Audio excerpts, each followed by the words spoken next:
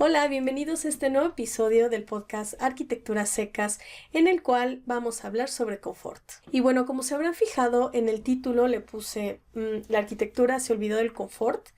Esto es más que nada en cómo hemos ido evolucionando la manera de diseñar los espacios. Y quiero hablarles desde los antecedentes hasta actualmente para que ustedes puedan identificar todo esto y sepan a lo que me refiero. Y antes que otra cosa, quisiera hacer una breve descripción de lo que es el confort, que es este estado de bienestar en el cual nos sentimos plenos y no tenemos ninguna molestia. Sin embargo, hay diversos tipos de confort, principalmente los que percibimos a partir de los sentidos, que en este caso sería el confort higrotérmico, que en otros videos yo ya he hablado de cómo el tema de la humedad implica mucho en lo que es la sensación térmica que tenemos, por eso también la parte de la humedad implícita en el nombre.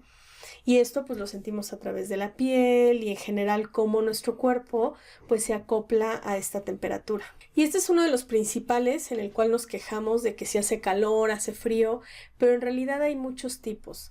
Tenemos por ejemplo el acústico, el visual, lumínico, olfativo, calidad del aire que está muy relacionado. Y esto pues nos ayuda mucho a determinar cómo percibimos los espacios. Y para mí este tema es súper importante porque lo vemos mucho cuando hablamos de arquitectura bioclimática, ya que la bioclimática como tal, pues es esta disciplina en la cual a partir de analizar el clima, el contexto y demás, organiza la forma y con los materiales, los recursos, busca mucho el bienestar humano y está muy enfocado al tema del confort porque busca este diseño pasivo. El diseño pasivo está enfocado en que esté implícitamente en el diseño. Y aquí es donde quiero pues explicar esta parte de cómo es que la arquitectura se ha olvidado del confort, porque para nosotros lograr ese confort, realmente ya más que utilizar la arquitectura, estamos utilizando la tecnología. Por ejemplo, a partir de pues, aires acondicionados, calefacción convencional, iluminación artificial, pero vámonos paso a paso. Quisiera irme un poquito más atrás y hablarles sobre lo que es la arquitectura vernácula. Si no han escuchado este término, es un tipo de arquitectura pues que se hacía antes. Yo lo llamo que se hacía antes de la globalización, porque es no nada más la arquitectura antigua, porque no toda la arquitectura antigua significa que fuera adecuada, sino para que lo entiendan mejor, me gusta mucho explicarlo como estos prototipos de vivienda que se hacían en diferentes regiones. Un ejemplo por excelencia de arquitectura vernácula y que todos conocemos es el iglú, que pues está hecho a base de nieve, o sea, ni siquiera es hielo, es nieve. Y esta nieve pues tiene huecos de aire, está con una forma compacta, redonda, todo, o sea, todo tiene un porqué.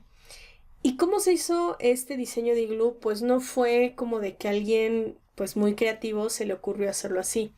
En realidad este tipo de prototipos son a base de prueba y error, como todo lo que pues hemos hecho a lo largo de la historia de la humanidad. Entonces pues se va generando este tipo de tecnología, este tipo de diseño y se va pasando generación tras generación y se va mejorando de tal manera que es un diseño, un prototipo que es, el cual está adaptado no nada más al clima, sino a las necesidades de las actividades de las personas que lo habitan y también a los materiales a los que se tienen acceso. Uno de los ejemplos por excelencia aquí en México es en la zona de los mayas, por ahí de la zona de la península de Yucatán, Centroamérica, que es la Casa Maya. Para los que no conocen, toda esta zona es muy húmeda y muy caliente, entonces son climas muy extremos. Y pues esta vivienda tiene si ustedes la ven en planta, tiene una forma ovalada y tiene un techo como de paja, que tiene otro nombre, pero está hecho como de caña y tiene dos aperturas contrarias para que el viento pues pueda circular y la forma también ayuda, pero están adaptados a las actividades que ellos tenían en ese momento, ¿no? Por ejemplo, ahí suelen dormir en hamacas, que es como una especie de red donde pueden dormir más frescos sin tener el cuerpo pegado al suelo o a una tela que los haga sudar, pero también estos se recogían porque tenían una vida pues muy hacia el exterior. Entonces, ese tipo de vivienda actualmente se ha de alguna manera adaptado a las características actuales, pero pues ya no considero que sea como tal una arquitectura vernácula, porque pues ya tienen puertas, hay veces que los materiales son de otra cosa, por ejemplo los techos de lámina. Entonces con el calor, imagínense, ya no funciona igual. De hecho, también si ustedes buscan en internet hay prototipos que están basados en la arquitectura vernácula, es decir, toman elementos de ese tipo de arquitectura y los adaptan a las tecnologías actuales y demás, pero no significa que sea arquitectura vernácula. Entonces, sí entender que son estos como prototipos de viviendas, están muy enfocados sobre todo en la parte de casa-habitación, porque pues ustedes pensarán, ¿y qué pasa con las pirámides, con grandes iglesias que se hacían antes? Pues en realidad tenían otro tipo de funciones como tal y no estaban tan enfocados a un tema de confort al momento de habitar el espacio. Ahora, todo este rollo de arquitectura vernácula se los platico para que vean cómo pues es tan importante el confort en un espacio. Si nosotros pensamos en cómo pues se hizo la arquitectura, cómo nació, pues fue a partir de conseguir refugio. Antes vivíamos en cuevas y cuando empezamos a construir con los materiales que teníamos pues a la mano, empezamos a buscar la manera de protegernos de la intemperie, de los climas al exterior y pues obviamente el buscar sentirnos protegidos, cómodos, porque en todas partes del mundo pues los climas varían demasiado. Hay climas que son más amigables, hay otros que son más extremos, como en el caso que les platicaba del iglú, en el cual ese refugio y ese confort es una cuestión de vida o muerte. Ahora, ¿qué pasa con el tiempo? De repente llegó esta parte de la globalización y un parteaguas muy importante fue la revolución industrial, que sabemos que a nivel pues de la humanidad hubo cambios muy importantes en todo sentido y pues obviamente la arquitectura pues no fue una excepción. Y entonces llega materiales nuevos como el concreto, el acero, el vidrio y nos volvimos locos. Y entonces la arquitectura empezó a tomar como esta forma pues más artística, más estética e incluso competitiva, ¿no? Lo vemos actualmente en los edificios pues más grandes del mundo, en el que se me hace una burla como pues ahorita buscan nada más demostrar cuál es el edificio más alto, cuando a veces el contexto ni siquiera lo requiere. Y como yo se los dije desde el primer capítulo, la arquitectura pues tiene que ser un equilibrio de todo. ¿Cuál es el equilibrio perfecto?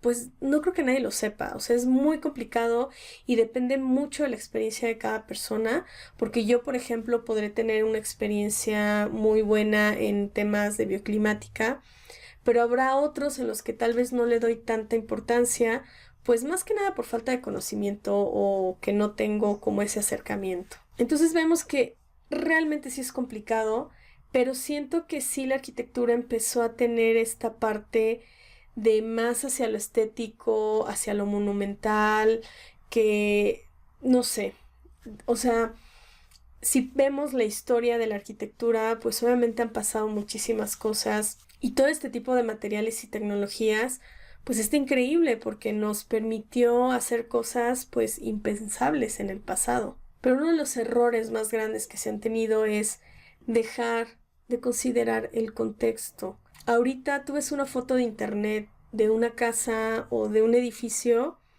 y muy difícilmente vas a saber dónde está ubicado, porque ya no tienen esa identidad. Puedes ver el mismo edificio o el mismo prototipo de vivienda. Ya ni siquiera me voy a ir a un extremo de al otro lado del mundo. A veces en un país como México, donde tenemos tantas variables de clima, lo vemos en las casas de interés social, que tenemos un prototipo de vivienda y es el mismo que puedes ver en Chihuahua, en Mérida, en Ciudad de México, donde las condiciones son totalmente diferentes. Y entonces es aquí donde caemos en esta arquitectura que no considere ese contexto, no considere el clima, las condiciones, los materiales. Y por lo tanto, el confort, que es a lo que iba. La tecnología es la que nos está resolviendo ese problema. Y eso no es malo en sí, lo malo es los recursos que utiliza para poder hacerlo. Porque lo que es un aire acondicionado, una calefacción, luces, todo, pues necesita energía, ocupa pues muchos recursos para poder fabricarse e incluso genera desechos al terminar su vida útil si es de que no se pensó para poder reciclar los materiales. Y no nada más eso, también es un gasto en el bolsillo de las personas. O sea, pensemos en una persona que vive en un lugar pues muy caliente, pues el pago de la luz por el tema del aire acondicionado pues es muy alto y a veces es necesario porque pues el clima es demasiado fuerte. Ahora sí, claro que entiendo que el cambio climático ha afectado mucho más el tema del clima y estoy de acuerdo, pero lo que busca mucho la bioclimática y en general los sistemas pasivos es pues evitar lo más posible. No es lo mismo tener un ventanal donde nos da el rayo del sol toda la mañana, todo el día, y que obviamente va a generar pues un sobrecalentamiento en el espacio, que si ese cristal o abertura pudiera tener un dispositivo de control solar y tener un sombreado pues necesario para que no caliente el espacio de más. Y eso es lo que pasa en muchos edificios, o sea, la verdad es de que por eso a mí los edificios acristalados me caen tan mal porque tienen tantas afectaciones, que ese también es otro tema del cual prometo pronto hablarles con mayor detalle, pero eso no significa que no podamos utilizar cristal. O sea, más bien es saber cómo utilizarlo, en qué orientación, qué dispositivo, le podemos poner una doble piel o algún elemento que le pueda dar sombreado, y eso es lo que busca mucho la bioclimática. Ahora, el ejemplo más rápido que les dije fue el del aire acondicionado, pero hay demasiados sistemas de climatización que para nosotros ya son tan normales que pues no nos damos cuenta, ¿no? Por ejemplo, tenemos un espacio que igual no tiene una iluminación adecuada y tenemos que tener la iluminación artificial prendida todo el día y eso igual se traduce en un gasto energético. Ahora, estamos hablando ahorita principalmente en temas de iluminación y de confort térmico. Pero ¿qué pasa con los otros tipos de confort? También están muy relacionados la parte, por ejemplo, psicológica e incluso la parte de calidad del aire interior con el tema de la salud. O sea, confort está muy relacionado con el tema de salud porque pues el cuerpo también, el que no se sienta bien, significa que pues está recibiendo algún daño. Y aquí les voy a hablar de un término que también se me hace súper interesante de estudiar, que es el del síndrome del edificio enfermo. Y bueno, ¿qué es esto? Tal cual es una enfermedad que está declarada por la Organización Mundial de la Salud por ahí de los años 80. Sin embargo, es de estas enfermedades que en países como México o en algunos otros lugares de Latinoamérica, pues si tú dijeras eso, en realidad no te tomarían muy en serio. Así como de, ay, tengo el síndrome del edificio enfermo. Siento que es algo como el burnout, que también en estos países no los toman tan en serio, pero existe. ¿Y esto qué significa? Es básicamente cuando los edificios nos enferman. ¿Qué pasa? Se estuvieron haciendo estudios donde se dieron cuenta que en algunos espacios, en algunos edificios, había un gran porcentaje de personas que estaban teniendo una afectación por consecuencia directa del edificio. Ahora, esto ha sido muy difícil de definir porque los síntomas suelen ser muy sutiles. Por ejemplo, te da picazón, los ojos se te irritan, tos, la garganta, el dolor de cabeza, te mareas. Y a veces pudieran creer que es, no sé, por un mal ambiente laboral o familiar o simplemente el estrés. Pero en realidad son por causas del edificio en algunas ocasiones. ¿Y esto por qué se da? Está muy relacionado con materiales de baja calidad o con falta de mantenimiento. Porque luego pasa que si no hay una ventilación adecuada o el material que se tiene cierta toxicidad, que luego pasa con pinturas de baja calidad o en años anteriores cuando todavía se construía con asbesto, que ahora se sabe que es muy dañino para la salud, es donde pues se pueden presentar estos síntomas y no te das cuenta que lo que te está haciendo daño pues es el edificio como tal. Ahora este término como que se entendió mejor ahora que pasó pandemia. ¿Qué pasó con el COVID? Una de las principales estrategias para prevenirlo era la ventilación natural de los espacios y nos dimos cuenta de repente que los espacios no estaban ventilados de manera correcta. Inclusive pasó en muchos países de latitudes altas como en Europa que las ventanas ni siquiera se abrían. ¿Por qué? Porque por climas tan extremos que ellos tienen, suelen tener espacios muy herméticos. Sin embargo, aunque la hermeticidad ayuda mucho para el confort térmico, pues no tanto así para el tema pues de la salud en cuanto a la calidad del aire interior. Entonces sí es importante que aunque el clima sea muy extremo, se tenga una ventilación por lo menos para poder generar esta renovación del aire interior. No sé si recuerdan que hasta había como unos detectores de dióxido de carbono para ver pues qué tanto recirculaba el aire acondicionado de los edificios, y cuando empezaron a abrir restaurantes, los que les daban chance de abrir eran los que tenían terrazas o espacios al aire libre, justamente por esta misma razón. Ahora, ahí hablábamos de un virus muy específico, que también pasa. A mí justo antes de pandemia me llegó a pasar mucho en un lugar en el que yo trabajaba, que había un señor que siempre estaba enfermo y tosía así, casi nos tosía en la cara y todo el mundo se enfermaba. Y ahora, pues con lo de la pandemia, pues ya, digo, aún así yo veo que gente se enferma y ni así lo usa cubrebocas, pero pues ya vimos cómo pues realmente puede afectar todo esto. Ahora no se diga en tema de materiales. Les repito, hay materiales que pueden tener contenido tóxico y si no se hace un adecuado mantenimiento o hay algún problema de humedad, que está el moho y entonces las esporas, etc. Y entonces, bueno, todo esto es para pues hacer mucho hincapié de la importancia de considerar todo este tema del confort al momento de diseñar los espacios, porque si bien es muy bonito un espacio que pues sea estéticamente muy hermoso, pues también tiene que ser no nada más la parte funcional, que sea económicamente factible, sino creo que una de las principales razones por las que nosotros creamos estos espacios habitables, pues es para sentirnos bien, o por lo menos para no dañarnos. Entonces, el no contemplar esto, pues también afecta. Y aquí es esa reflexión de realmente el papel que tenemos como arquitectos, pues es muy importante. A veces creemos que nada más personas como un doctor tienen la mano, la vida, o sea, en su mano la vida de las personas, cuando en realidad nosotros como arquitectos, pues también.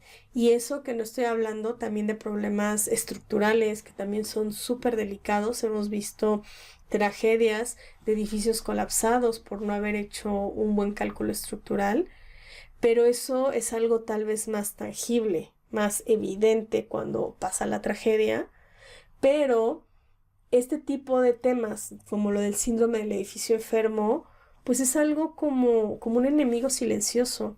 O sea, gente que pueda contraer asma o algún otro tipo de enfermedad que a lo largo del tiempo pues le pueda enfermar, pues no es cosa pues relajada, ¿no? Es cosa seria. Entonces, pues nada, yo los invito a que consideren todo esto al momento de diseñar sus espacios y pues si quieren más información sobre todos estos temas, pues sigan viendo este podcast y también mis videos en el canal de YouTube, donde también subo muchísima información. Si llegaste hasta aquí, muchas gracias por escucharme.